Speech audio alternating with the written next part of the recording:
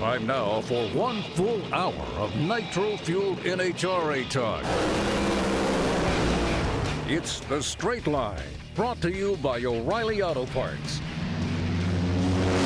Now, your hosts, Marty Hough and 10-time NHRA winner Doug Herbert. You're listening to The Straight Line on drag racing at MRN.com. Thanks for being here for our 1 hour of horsepower. Appreciate you joining us. They don't call him Fast Jack for nothing. The quickest man in funny car will be here. Antron Brown celebrates another milestone victory, and Chris McGaha captures his very first Pro Stock Wally. We're in the beams and set to launch another edition of The Straight Line. Wherever you may be in this great country of ours or around the world, this is MRN.com, Wednesday afternoon, and it is The Straight Line. Along with 4-time IHRA Top Fuel champion and 10-time NHRA National Event winner Doug Herbert, I'm Marty Hough. And man, did we see some great racing at Sonoma this weekend. And the first time, this is amazing, Doug, the first time in 359 events where all four pro categories were together that all four number one qualifiers win. That is let me hit my mic on. Okay, mic on? Nope. Mic on now?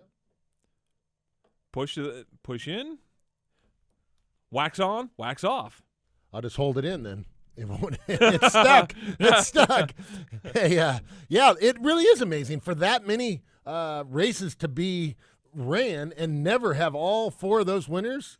Yeah, that's just amazing. But the performance by Beckman, being low ET of almost every round, every round during eliminations, setting low ET national record. I mean, they grabbed all the points. I'm wondering if Jimmy Prock isn't thinking, I don't know if we wanted to grab all those points now and not wait till the countdown to grab them, because that's kind of the way Prock would think, I would believe. But you know what? There's only so many chances with those kind of conditions to have the opportunity to do that. But even for Prock, which he's done a lot. Beckman, they've done a lot.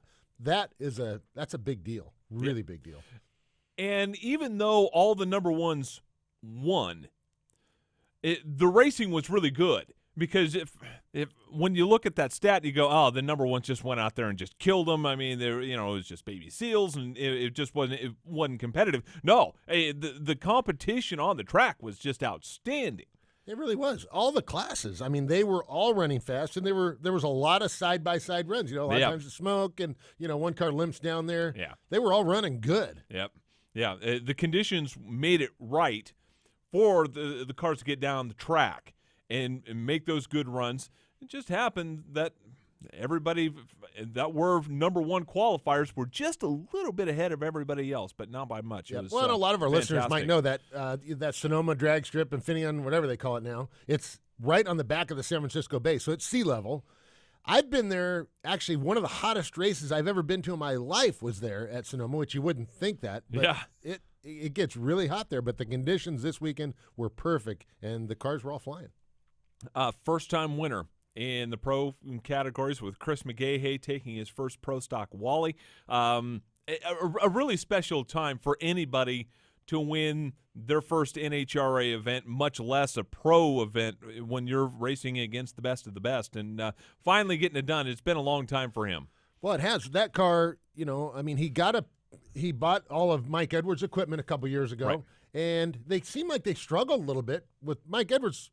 Ran really good, but then they kind of struggled. I think Mike was helping him a little bit, and then he kind of had to do a little bit of his own thing. And I'll tell you what, that car is running really good. I doubt that's the last time we're going to see him in the winner's circle. Yeah, you've said it before in a lot of different cases, and I think the most famous one was with Erica a couple of years ago. Yeah. Girl, when you get your first one, they're just going to come in bunches. And I got a feeling that he's going to be a player for the championship as well, because he may knock off a couple of those top seeds in there. The Andersons, the Lines, the Ericas, those cars, they're going to be those are going to be the real top championship. Well, he's not going to beat him. He's already beat him. Yeah, right. So he knows how to beat him. Yeah. It's just a matter of putting that down. But when he was number one qualifier here at this race, and he had low ET of a couple rounds, it's a serious, legitimate competitor and contender to win. And he's driving the car. He's doing a great job driving the car. And those cars are hard to drive. They're you got to drive them. They have zero downforce. It's like driving a skateboard down there. Whether you love them or not, they're tricky to drive. There's a reason why those guys put them on the lid, at least a couple times a year. Yep. Yeah, no question about that.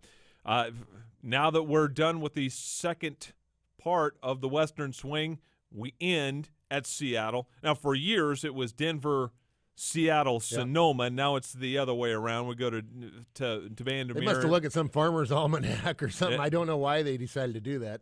Who knows? Right, but I've always wondered why earlier in the year they go from Phoenix to Gainesville and then back to Vegas. Like nobody ever looked at a map when they made up that. I never understood that. It used to be went to Pomona, Phoenix, Houston, Gainesville. It's like you just kind of drove across the country where. Yeah, I don't know. Now it's zigzag, zigzag, zigzag. What the heck? Yeah, whatever works for the tracks. But headed to Pacific Raceways this weekend, and another neat track. Yeah, a neat track. I had the track record there for a long time. I never won the race there at Seattle, but had some good runs there. It's a great place to race. The Great Northwest, right, where you're from. So it's all the trees up there. Yeah, the beautiful conditions. Race fans. Seattle's a pretty good race town, right? They've got the Seafair boat races, and they've got the big drag races. And that track out there in Renton it's a big racing facility. It's not just a drag strip. They do a lot of racing there, motocross and road racing, all kinds of stuff. Yeah. It's a neat track. So it's kind of like Sonoma in that there's a road course, and then there on the facility as well, there's a drag strip that they also use, and that's probably the biggest event that they have all year at Pacific Raceways. Yeah, we were just out there. Mimi and I just went to Seattle a few weeks ago. We're working on getting a brakes event out there. So it's a great place. It's a super place. One of my favorite restaurants in the world is Salty's right there on the Puget Sound. It is a great place. If you get a chance to go to Seattle, go to Salty's on Puget Sound. Yep. Place where I saw my first NHRA national event was at Pacific Raceways in the second and third. A lot of great memories there. Probably there. used to be called SIR back in those days. Yeah, and I think some people still kind of do. Just because that's how they termed it for such a long time. Yeah. But with because there's a lot of advantages to that track. Number one, it's pretty close to sea level. Yep. But there's a lot of there's a lot of fir trees in that area, and there's an advantage to that. And people may not know that story. Well, there's oxygen. The trees create oxygen, right? Right. So the engines make more power there. One problem that they've had, so that is a good thing, really, for all the classes. Yeah. You got to tune for that, but everybody pretty much knows how to do that. Now, that track has historically been a little bit sketchy sometimes. There's been, one lane's good one year, one lane's bad, then the other lane's bad. And that, so hopefully the track is good. I know that a lot of the teams will send their Lanny McGleasy guy over there to check out the track. And, he rolls down the track on the skateboard and tells you where every little pothole and divot and bump and all that stuff is. And I know for a long time they were kind of shy about spending money on it, but I think now that they're pretty firm that the track is going to be there for a long time. Hopefully they went in there and done some upgrades on it because it's a great facility. It's a great location, and hopefully that track will be there running NHRA drag races for a long time to come. And knowing that, qualifying takes on a whole level of importance, knowing that it could end up, and it traditionally has been in the past, a one-lane racetrack. And that you really want to have lane choice at least in that first round, because if you don't, you may be on the trailer really quick during the weekend. Yeah, that's one track, and there's not very many of them now that lane choice is so critical. Hopefully they've changed that. It's and it's 2-lane racetrack. But if it's a 1-lane racetrack, lane choice is very critical because you can't win in the bad lane unless the other guy makes a mistake. And they kind of know that. Yeah. And right now, at least, there's still points out there to be had. Not that that's going to be really critical for, for it is going to be critical. Teams. It's critical for Clay Milliken. He's not in the top 10. And Dave Connolly's not in the top 10. Courtney Force is not in the top 10. So it's critical it's very critical. I mean, really, Yeah. They're running out of chances here. And, John Force, we all know him and love him, but he's a little bit hyper. Oh, boy, how hyper she's going to be if Courtney doesn't get into the countdown. I mean, that's a top running contender car. And I don't know. I haven't really felt like they've been a bad running car this year, and it still shocks me that they're not in the top 10, but they're not. They just haven't made enough points to be in the top 10, whatever the case is. No, to my knowledge, and I'm trying to go back through my memory banks, I do not remember them not making a race. I think they've qualified for everything. It's just been a little bit of this, a little bit of that. Robert Height had not exactly tearing up the world, although getting to the semifinals really helped him this weekend. I mean, really helped him this weekend. But it didn't help. I mean, if it isn't one thing, it's another for the Force Camp. And of course, if it can happen, it will happen. And so, of course, this weekend, Robert Height and Courtney Force, who are right on the bump spot, have to race each other in the first round. Yep. Yeah, so one of them's got to go. And they made both good runs. Yeah, they did. They would have beat almost anybody else. Yeah, right. But that's the way it always goes. You have the second best ET. Unfortunately, you got to race the guy with the best ET. That's where that lane choice and qualifying position makes a big difference. Yep, especially at Seattle. Qualifying in the top weekend. 4 is a big advantage. And, there is occasions where in the bottom 4, somebody that's not, that's normally a top performer will struggle and have a little bit of issue. But generally, you're in the top 4. There's no easy pick, but it might be a little bit easier. Yep. So those are going to be things we will be watching this weekend at Seattle and Pacific Raceways. And when we return, we will talk to a first-time winner of the Pro category in Pro Stock, the driver of the Harlow Salmons, Chevy Camaro, Chris McGaha, will join us next. This is The Straight Line. More right after this.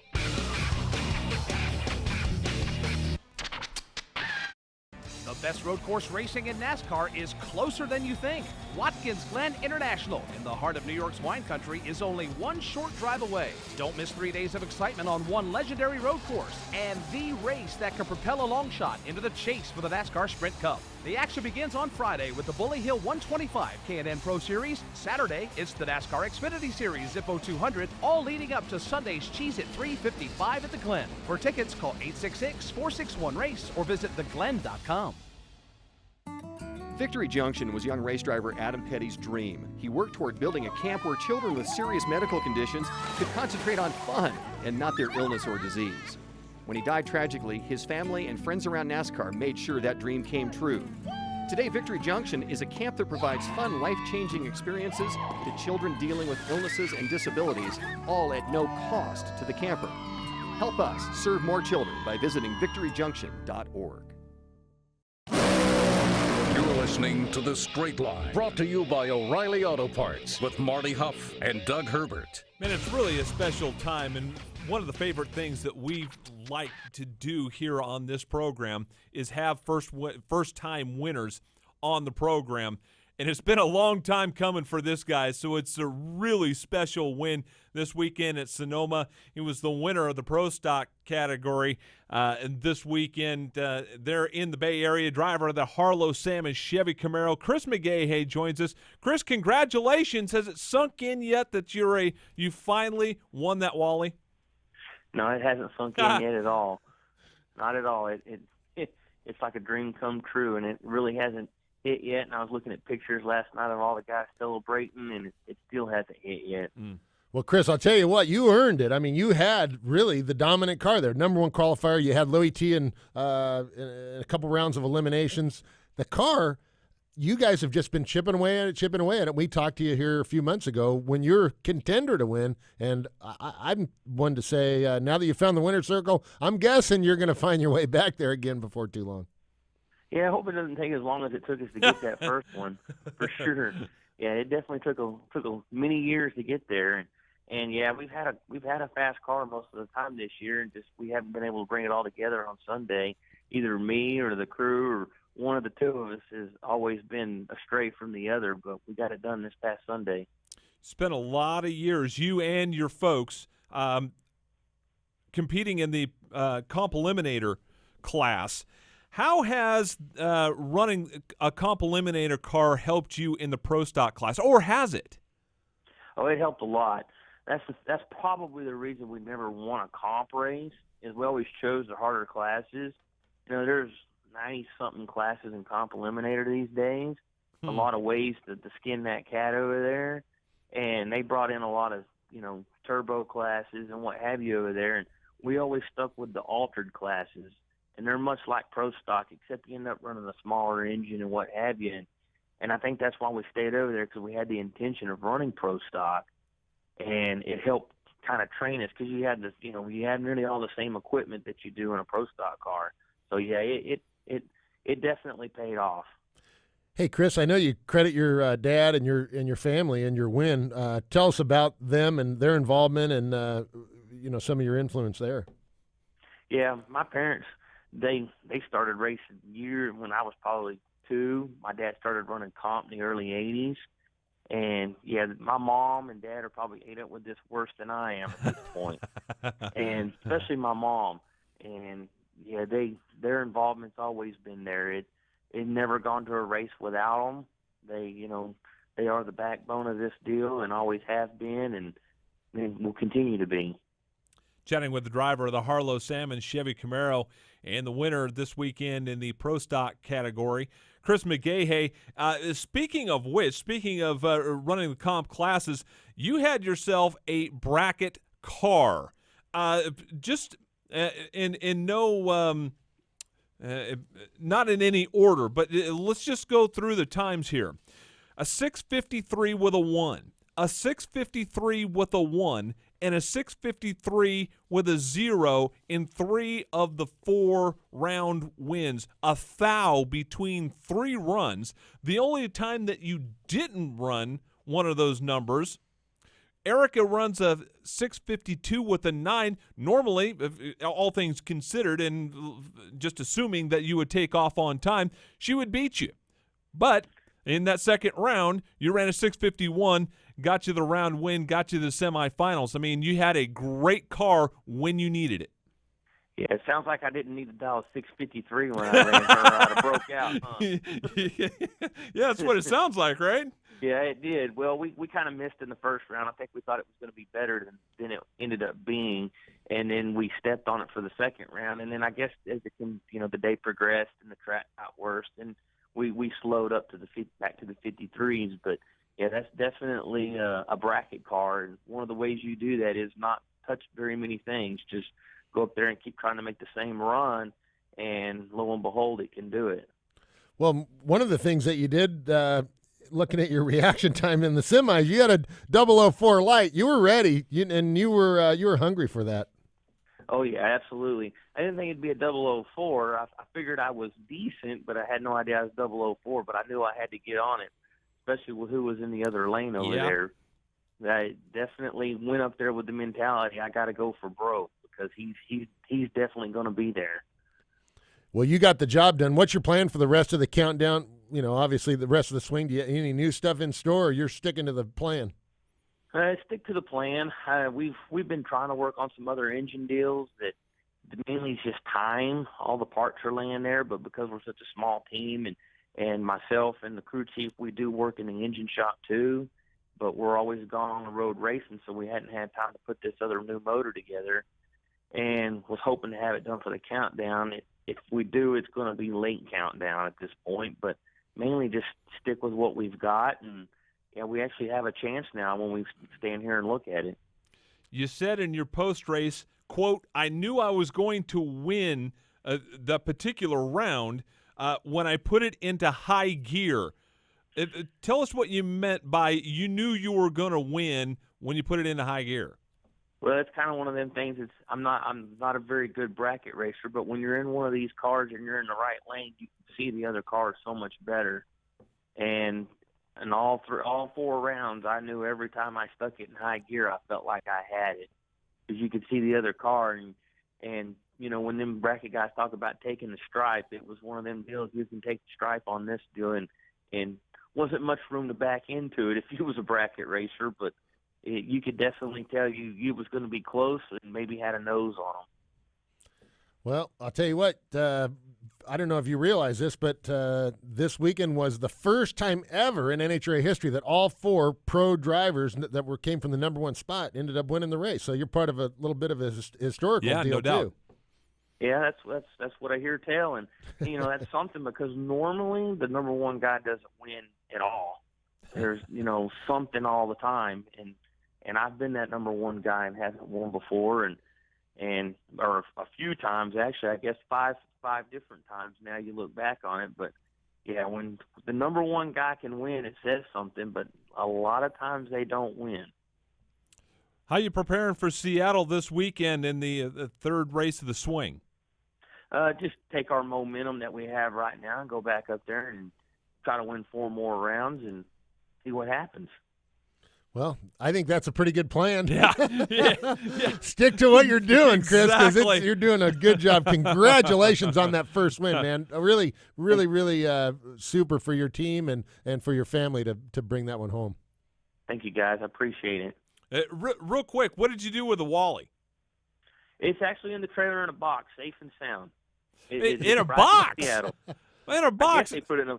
We had several deals there. We had the number 1 qualifying plaque. Plus, they gave me my number 1 qualifying plaque from Epping, so we had to wrap them up. We didn't want to take them on the airplanes and what have you. Keep it safe and sound.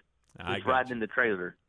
Man, I'd be buying that thing in a seat right beside you. That's what I'd be doing. Yeah. Well, Exactly. I had threatened to put it in the bed with me and kick everybody out of the bed and let it sleep in the bed with me at night. At least for a little bit, Yeah. Well, it's probably better than Beckman having his Wallies change a tire on his bus. So I mean, there's that. We'll talk to Jack Beckman a little bit later on about that.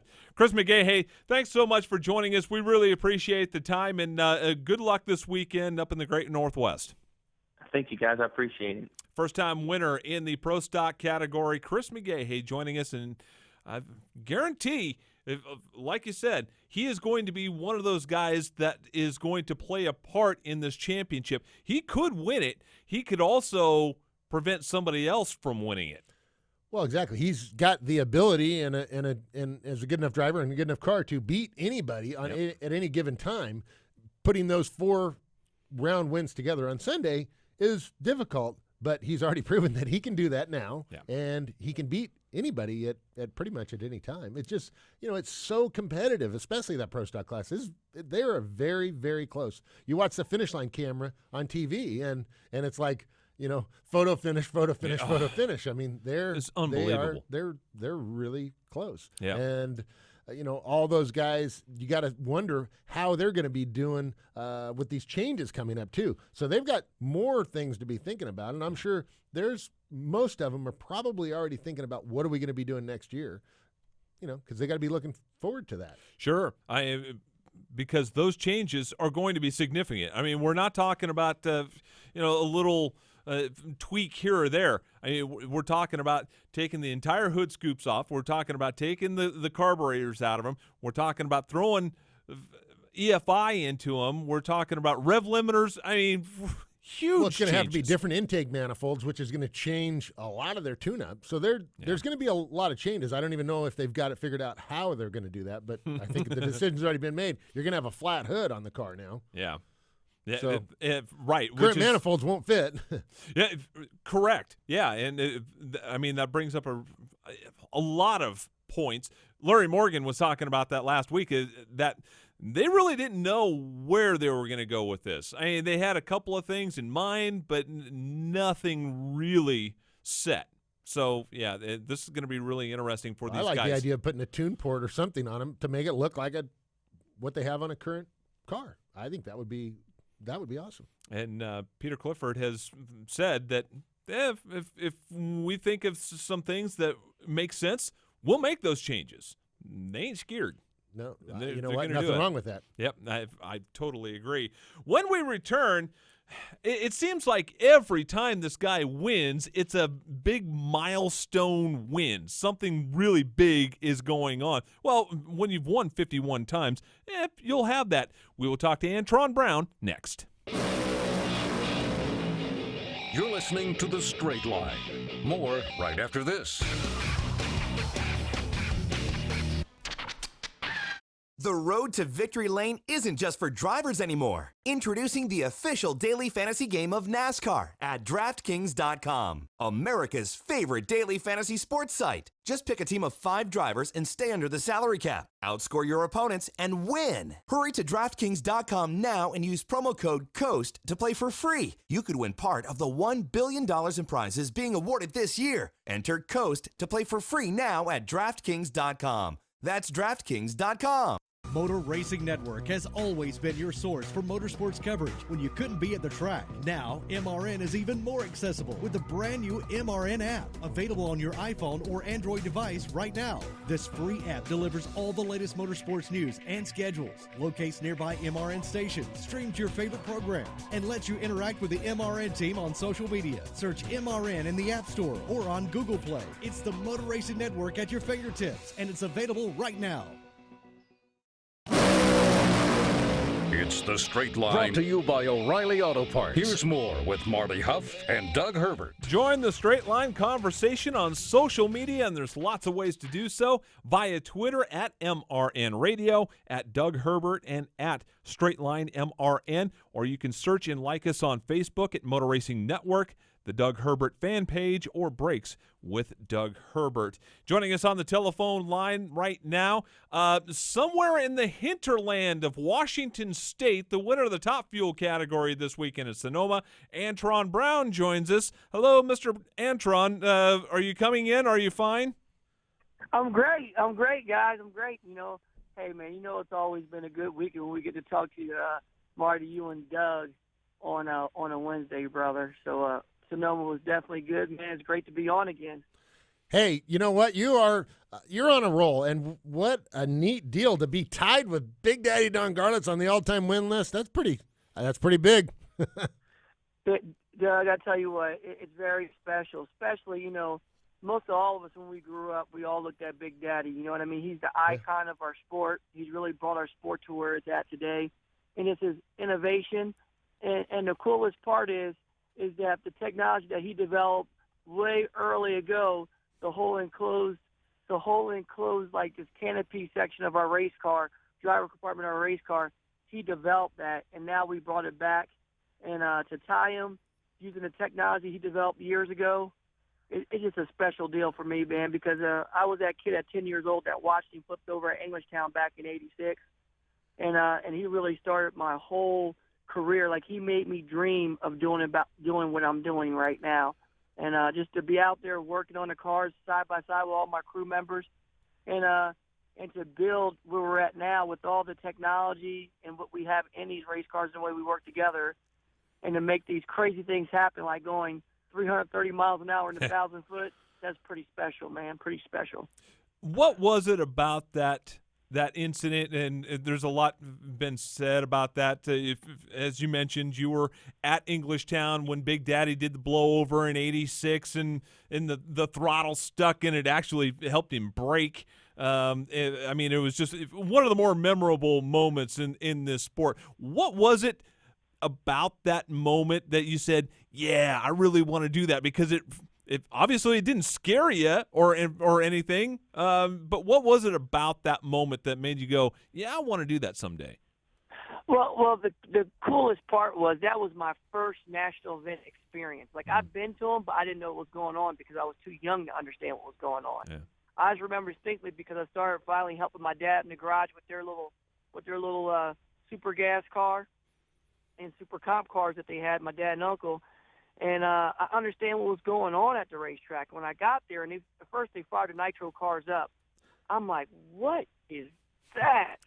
I love that sound. I know. You know what I mean? I'm like, and we're on the other side of the pro pit. You get what I'm saying? Yeah. And then you hear them whopping the throttle like, whoa, and you're like, what is that? You know what I mean? You're thinking like the whole earth is coming to an end. It was just them whopping the throttle on the other side. Like, you thought like big bombs were going off. And then we went over there, and one of the first pits I went to was Big Daddy Don Garlits, and my dad was just saying, son, this is the man. This is the man, you know? And the thing about it is I remember distinctly he used to have that big cross on a big cross on the front of his car. And I remember asking him, he said, the good Lord's keeping us all safe out here because of what we do. And then that day when he blew over, he got out of his car and he walked away. Yeah. And that was my first experience with Big Daddy. And then later on, I followed him for the rest of the year. He went on and won the championship that year. And I'm like, that man is not, like, I didn't think of him as being crazy. I thought of him being courageous of what he was doing. You know what I mean? And that's what really drew me to him and drew me to the sport of racing. And I said, if I could ever get a chance to race a fuel car, that is what I want to do. I'm like, that was like my hugest dream that you never thought could come true. And I was fortunate enough to make it in pro stock bike, to be a professional pro stock motorcycle, but never in a million years I thought I'd have a chance to drive a fuel car, which was like my childhood dream. And now here I am, and we're breaking records with Brian and Mark and all of our Matco boys, and we're breaking all these records, and they're not even sitting with me because I just feel that I'm just lucky to be living a dream. I'm not even thinking about all the things that we're doing. And I told them truthfully, I said, I'm not going to think about them until that day I walk away and I retire and I have plenty of time sitting on the couch or doing something else or maybe being a TV or doing whatever. Yeah. And then I can start thinking about what we've done. You know what I mean? Well, the fact is you're, champion, and you're one of the spokesperson. You're one of the, you're the main entertainment, man. You and John Forster are the main entertainment at NHRA. You're the most fun. I like to get you guys over just to talk, to hang around and listen to you a little bit. Even if you make fun of me, it's okay because you're fun. Doug, we would never make fun of you. We knew you was one of the mean ones, boy. You out there, you used to cut them down. How about, speaking of 86, I bet you Oswald was probably racing against Garlett then, and now your guys with Oswald and Karate, they've been with you since you started, and they are good. You have just such an awesome team over there, not only with those guys, with the whole Schumacher organization. Just, man, you gotta feel just, that makes you powerful. Well, the thing about it is, I can tell you one thing is that Don knows from experience it takes all the people. You can have all the parts in the world, but if you don't have the right people, you can't make it happen. And I was truly, truly blessed a long time ago when Mike Ashley took our organization over. Team does up. Trust me, in my whole racing career, think about it. My first year out, who gets to have like somebody on beard and Rip as my assistant crew chief and Brad who's there and Mike Dumagall, all them guys as my first team. I had an all-star team my first year out, and that's what really helped me, grow so fast and be so competitive right off the bat because we had a championship contending team right from the get-go. And then that deal fell apart, and then Mike Ashley comes along, and then we get Bryant Karate and Mark Oswald. Brother, when I'm telling you, when I got teamed up with those two, and then Brad came over as our car chief, now our assistant crew chief, and with all the other guys we got on there like Red and all those other guys, what happened was that we weren't just a team anymore, but we became a family, and Doug, you know what I'm talking about. When you become a family, and whenever you go through hard times and you're struggling and you're trying to make things work, it's a lot easier getting through them because you don't have people pointing fingers. Like we all take the blame as a team, and we put our head down and we all help each other out. There's no yelling, there's no screaming. And when you get into like a place like that, that's when you get these championship caliber teams like we have. And then you throw in Don Schumacher Racing's infrastructure with all the other great crew chiefs and other teams where we all collaborate together, and the fab shop, CNC shop, and the front office, man, this is like one of those dynasties that you're building right now, and that's what we have where we're at. And I'm just very fortunate to be a part of it, and just the brain trust that we have with each other is just incredible. I always like coming over there because you got Red and you got Mike, and I'm like, geez, I was kind of the training grounds for these guys. Have this crew guys used to work for me. Yes, they did. Yeah. They came from you, brother. And you know what the cool part is? You put that determination in their heart. They know what it's like to put their head down and saying, you know what, it's us against the world, but we can go out here and we can get it done still. You know what I mean? They're good guys. They got that determination, you know what I mean? And when you get everybody with the same passion and mindset, those great things happen and all those results show up. Chatting with the driver of the Matco Tools Top Fuel Dragster for Don Schumacher Racing, Antron Brown. And Antron, you came 7th thou from setting the ET record in qualifying. Was it pretty much at that point that you knew you had a hot rod? I tell you what, is that when we went down the track, we knew what we were shooting for, and I heard Brian and Mark on the radio where they're like, well, we should be good enough. We'll still run real good, but they backed it up a little bit because, like, you know, when we were last pair and we were going to be last pair, everybody started shaking. Like, you know, Colin went out there and went to 71 with a 7 or something like that, or 71 with a 2 or whatever he went. Yeah. I know he went a 71. He was number 1 qualifier at the time. And then Torrance went 73, and all the other people that used to going good, like Langdon and Crampton and some of the other ones, you're looking at them, you're like, and Dixon, you're looking at them like, all right, they're about to throw down. And our teammate Spencer, and they all like shook and spun the tires and stuff like that. And we're like, well, is the track going away, or are we getting too greedy, or is our car getting tuned up because the weather's getting cooler? You know what I mean? So Brian and Mark was like, well, maybe it won't handle it where we're trying to go through. They backed her down just a little bit, you know what I mean? Because we really wanted to break the record. Yeah. And then and we still thought we had a good shot of going for it. And then when the 70 with a 7 popped on the board, we were still stoked with that. But, you know, we're like, but you were like, but you still got to be happy that you went down the track. But, you know, you wanted that 60 to pop up on the board because you very seldom get those types of conditions that make those things happen, you know. But we'll have another shot at it. And we won't scare out, especially when the countdown comes down, because that's when those 20 extra bonus points will really come into play if you can get them. Hey, I know you always on the Thursday, it seems like when we come to ZMAX, you go out on a Matco Tools dinner. But, man, if you get done early, we'd love for you to come over to our Breaks Gala on that Thursday night at the Great Wolf Lodge. Man, you know what, Doug? You know, I'll love to. That's the hardest part because Thursdays they always book me up. But, I mean, if we get out there early, if I can get out there by like 8:30 or something like that, I'll definitely try to sneak over there, man. Because I'll send a limo for you. You know, hey, you ain't got to send a limo, man. I'm not like that, brother. I'll run over there if I have to. I know you would. You always go to what is it called, Garfolio's or whatever, the Italian place over there. I know those guys love you. Oh yeah, Garfolio's is always a good place to eat, man. They're great people, and man, they cook some really good food and they give you too much. You know what I mean? If you ever go over there, you got to mess them up and say, hey, I want some of the AB cinnamon knots. They take their famous garlic knots, and then what they do is they don't put garlic or butter on them. They shake them up with butter, cinnamon, and brown sugar, and then they put a white icing on top of them. And, man, I'll tell you what, man, they'll slap the tonsils out your throat, man.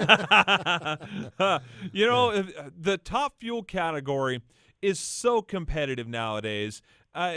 If it isn't your teammates, if it isn't Spencer or Tony, you're going up against guys like Dixon and Langdon and Coletta. I mean, the list goes on and on. I think now you can probably add the kid Conley to that list too. He was gunning hard for his first win as well. So there's just another one in the mix now. I tell you what, when you look at you just look at the whole sport as a whole right now, this is probably the most competitive it's ever been because anybody can win now. And if you look at the field, I look at qualifying. Tony missed the qualifying session Friday night, but he still was low ET of the first session, went a 73 with an 8, a 373 with an 8, right? Yeah. He ended up number 5. With a 73 with 8, he ended up number 5. I'm like, well, Tony will still be in the top 3 at the end of the week, and no matter what anybody does Friday night, right? No, I was wrong. Yeah. You know what I mean? And if you ran a 77, you were on the bottom half of the field. Hey, Antron, what do you do with your Wally? We were just talking to Chris McGaha, who won his first Wally, and he left it in a box in the trailer. And I was thinking, wow! I remember when I won my first, I took that thing and it sat in the seat next to me on the way home. Oh, let me tell you something. My Wallies, they go with us everywhere. She's sitting up here in the cabin with me right now. He's sitting up in the cabin right now. You know what I mean? We take them everywhere, and they're precious because, you know, you never know if you're going to win another one. You have no idea. You get what I mean? It could be few and far in between. You try hard to get it, but man, that thing is gold right there, man. That thing right there is not a lot of people have them. Some people talk to them. I mean, some people went 12, 15 years without not winning one. I mean, like, look how long it took Vandergrift to win a Wally. Yeah. Yep. You get what I'm saying? They don't come easy. Like when you win one, that's like winning the world championship inside itself, you know. So I got all mine, man. They stay tight with me at the hip. Nice. And when I get home, they got a special place, man. They're all together, man. And trust me, they always love adding another one to them. They're always talking about, can you bring another brother home for us? Antron, 4th win of the year. Congratulations to you and your Matco Tools team. 51st win of the career. I'll tell you what, dude, you are on a roll, and we look forward to seeing you here in ZMAX in a few weeks, and good luck this weekend at Seattle. Oh, thanks, Doug. And thanks, Marty. Thank you all for having me on, and man, hopefully we could talk to you after Seattle. We're going to try. All right. Driver of the Matco Tools, top fuel dragster Antron Brown, joining us on the straight line. And when we return, you thought Antron Brown was hot. There is nobody hotter right now on the tour than this guy. We will talk to Jack Beckman next. This is The Straight Line. More right after this.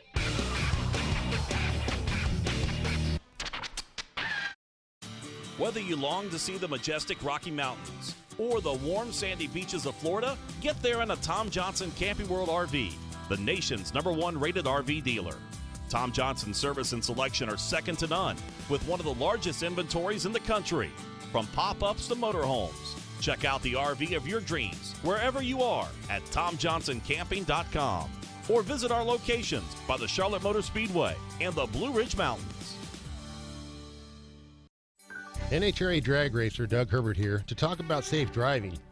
In early 2008, my 2 sons were killed in a car accident that was caused by speed and inexperience. After the accident, I learned that over 6,000 teenagers each year are killed in car accidents, so I formed a nonprofit organization called Brakes. Brakes stands for Be Responsible and Keep Everyone Safe. Please visit our website at putonthebrakes.org to learn more about responsible driving and what you can do to keep our roads safe. It's The Straight Line, brought to you by O'Reilly Auto Parts. Now here's Marty Huff and Doug Herbert. Thanks for being with us here on MRN.com. If you can't catch The Straight Line live on Wednesdays, you can always download the show and listen on demand. Lots of ways to do so. The Media Center here at MRN.com. You look up the Media Center about an hour or so after we're done live, and you can download it and listen on demand. You can also find it on iTunes or Stitcher. And a big thanks to those listening on Race Day Nation on the iHeartRadio app and the MRN Radio app. Joined now on the telephone line by the driver of the Infinite Hero Dodge Charger for Don Schumacher Racing, and 2 in a row for this guy. Jack Beckman joins us. First of all, Jack, did you get home okay? You must have gone on Facebook. I got home, but it wasn't okay. I saw you took the fender. It looked like a funny car body with a tire coming apart. Yeah, what a lovely family vacation. 6 races a year. We pile the kids and the wife and the mother-in-law in the motorhome, and the joys of the road. And it's funny because perspective is an interesting thing. Last year, Sonoma race, on the way back Sunday night, we got a blowout. Took out a bunch of the fiberglass fender on the motorhome, and I was pissed. Oh my God, it was disillusioning. This year, same thing happened, and I walked outside and took a look at it. Walked back inside and looked at the Wally. It wasn't that big of a deal. Yeah, right. Yeah, right. You're good at putting things in perspective. As not only you're one of my favorite funny car guys, but you're one of my favorite people. Just so neat to see you win in these races like you're doing. Part of a historical thing now. All 4 pro winners won at Sonoma, which was the first time ever. That's pretty cool. Yeah, it's interesting. I was talking to Bob Fry yesterday. He is the statistician of all statisticians, and I want to say it's 379 races. Now, to qualify that statement, that would obviously mean only the races that Pro Stock Bike have run at. Well, if you take Pro Stock, Funny Car, Top Fuel, that's going to be about 800 races. Jeez. And there have been multiple times that those 3 #1 qualifiers have won, but it's probably not as big a number as you might think. It actually is a pretty rare event. Yeah. Yeah, well, it is. It is a rare event. Exactly. The biggest thing I'm thinking is now, guess what? You're the only guy that can sweep the Western Swing. Thought about that? Yeah, I'm guilty of thinking about a lot of things. I mean, I'm sitting on the back patio right now with a busted-up motorhome that won't go into reverse. I got plenty of time to think. It's a neat position to be in. And it's something that once I get strapped into the race car, I won't think about because, you have short-term goals to get to that long-term goal. And really the short-term goal right now for our team is just to qualify. Yeah. Right. Well, you can't win unless you qualify, that's for sure. Yeah, I'll tell you what, your team, when we talked about this last week after your Denver win, I mean, with Jimmy Prock and John Medlin and Chris Cunningham, you got a stacked, really – I mean, those three guys can all run a car on their own, and you've got all three of them working on your car. Yeah, and the 7 mechanics are just amazing. We take it for granted. These people have to turn these cars around in an hour and a half, and then it gets to 75 minutes the second round, and sometimes it's less than that going into the final. Sometimes it's 55 minutes. And they have to be perfect, and if they're not, your car won't run well. It might still be good enough to win, but it won't do what it's capable of doing. So when you have a weekend like ours, where our car we went down the track 7 times, and those 7 times we were low ET by a bunch, you take it for granted that not only are the crew chiefs making smart calls, but the crew has to be doing everything exactly right. The clutch guy's got to be zeroing that thing out perfect. The cylinder head guy's servicing that just right. The blower guy's doing that right. The ignition guy's on his job. And it's harder than it looks, and that's really the testament to the crew if they make it look that easy. That's right. And that's one thing that I've said before, and you've heard it, I'm sure, too. There's a million ways to do it wrong and only one way to do it right. And with low ET of every round on Sunday, you guys figured it out how to do it that one right way every single time. Yeah, it's interesting because you could run the second best ET of a round and be a loser. You could run the second worst ET of a round and be a winner.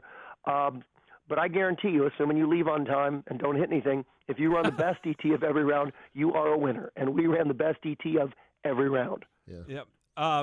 On Friday, I'm hanging out at the house, and then all of a sudden, Twitter is just blowing up, and all I see is 392 with a 1 from Jack Beckman, and I'm going, wait a minute, somebody's having a hard time typing because there is no way in the world somebody just ran a 392 with a 1.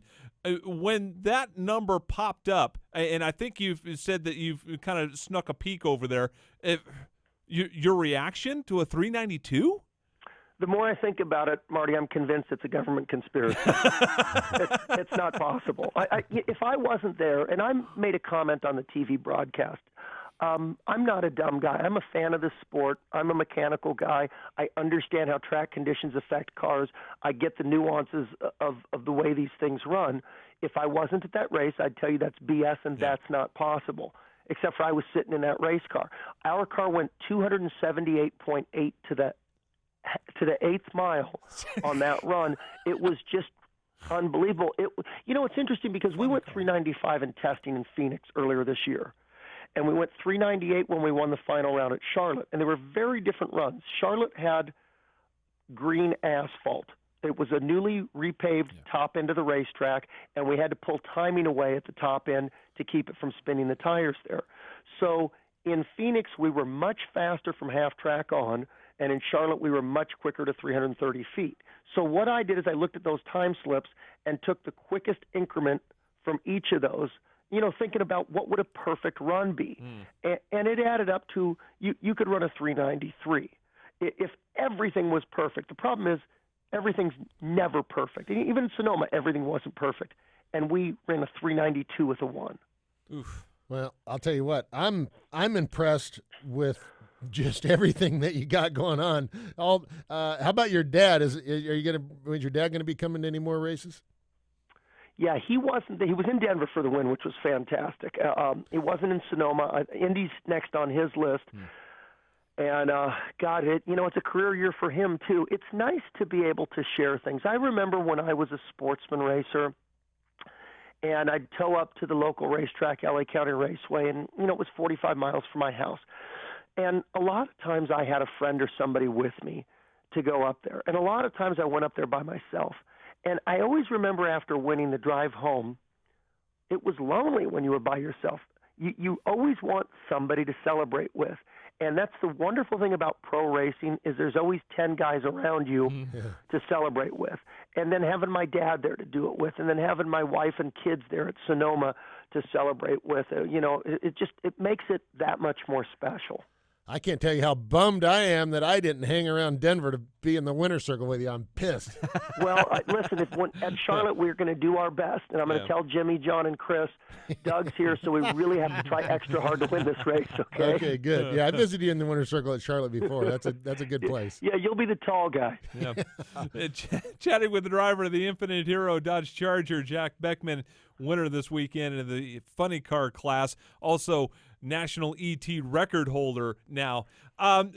There's been a lot said about the run on Saturday that backed up the 392, the 395 that was done in the heat and was a 10th, not a 100th, not a 1,000th, a 10th better than anyone else. Was that actually a better run considering the circumstances and the conditions?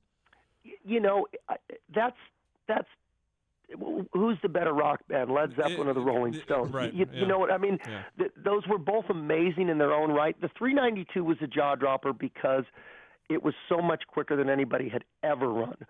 But you might have to give the nod to the 395 because it was a 10th better than the second best run, and I think there were 3 405s on that fourth session of qualifying. So in other words, a lot of good cars went down the track. All of them established a baseline for what the track was capable of, and then we go out there and go better by a 10th of a second. But you know what I think is most amusing, and it's the reason I never go on social media. Somebody posted on Facebook that it was clearly a conspiracy by Don Schumacher Racing that Matt Hagan shut off and let us take a single to win that race. Somebody needs to explain to that person that was qualifying, and not having a car in the other lane doesn't make your car any quicker. But it's just amazing the conclusions some people come to and feel they're obligated to share it with the rest of the world on social media. Yeah. You can't fix stupid, Jack. I've heard that. We ought to make those T-shirts and just send them out in cases like that.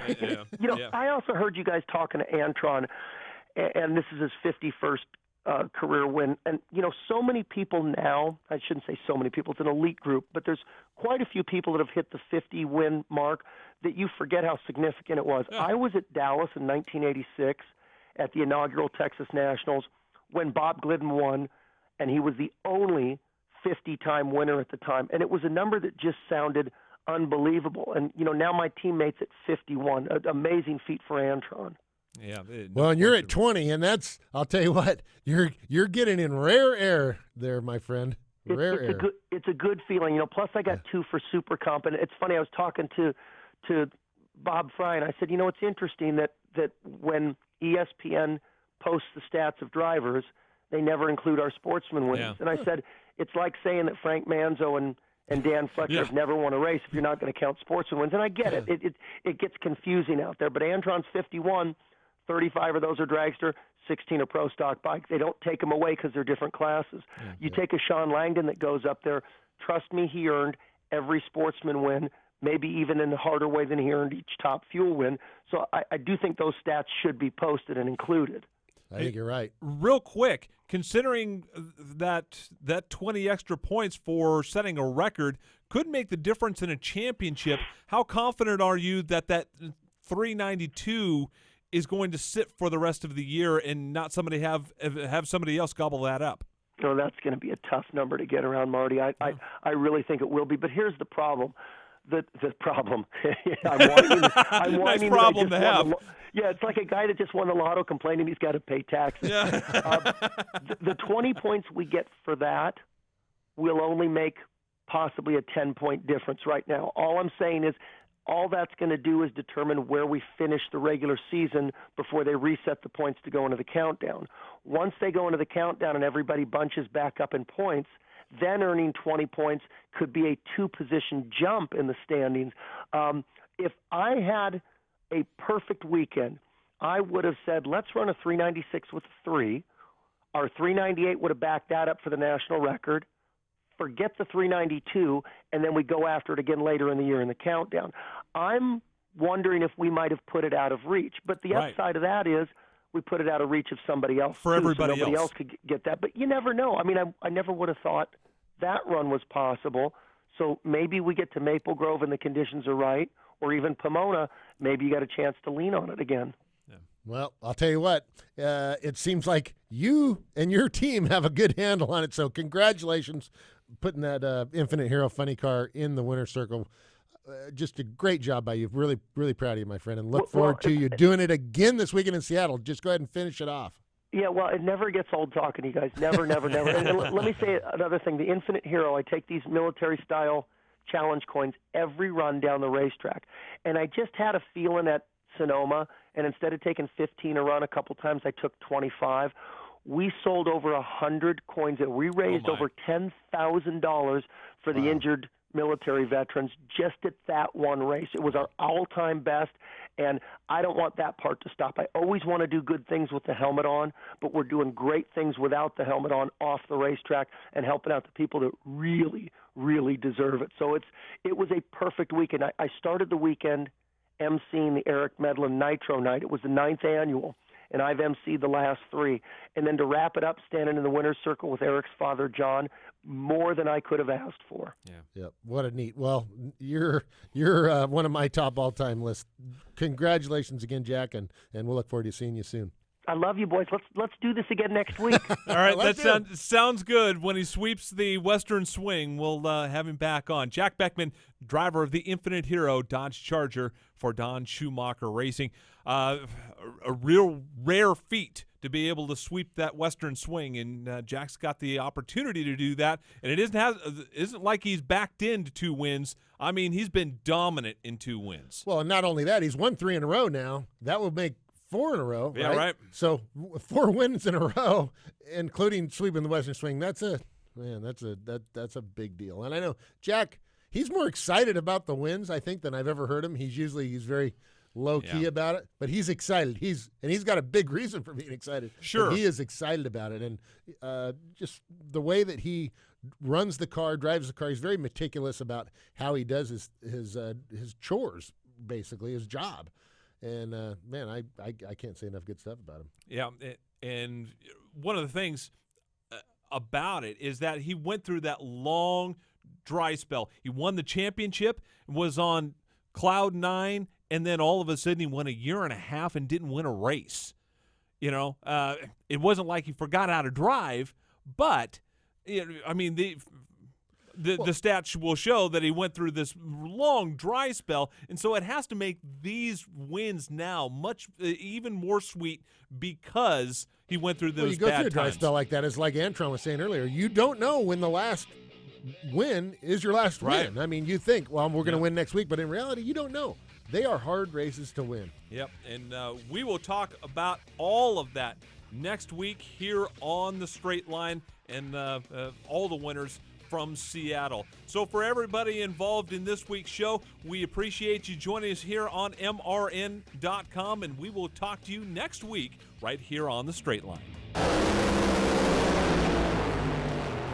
You've been listening to The Straight Line, brought to you by O'Reilly Auto Parts. Tune in next Wednesday at noon for more NHRA talk.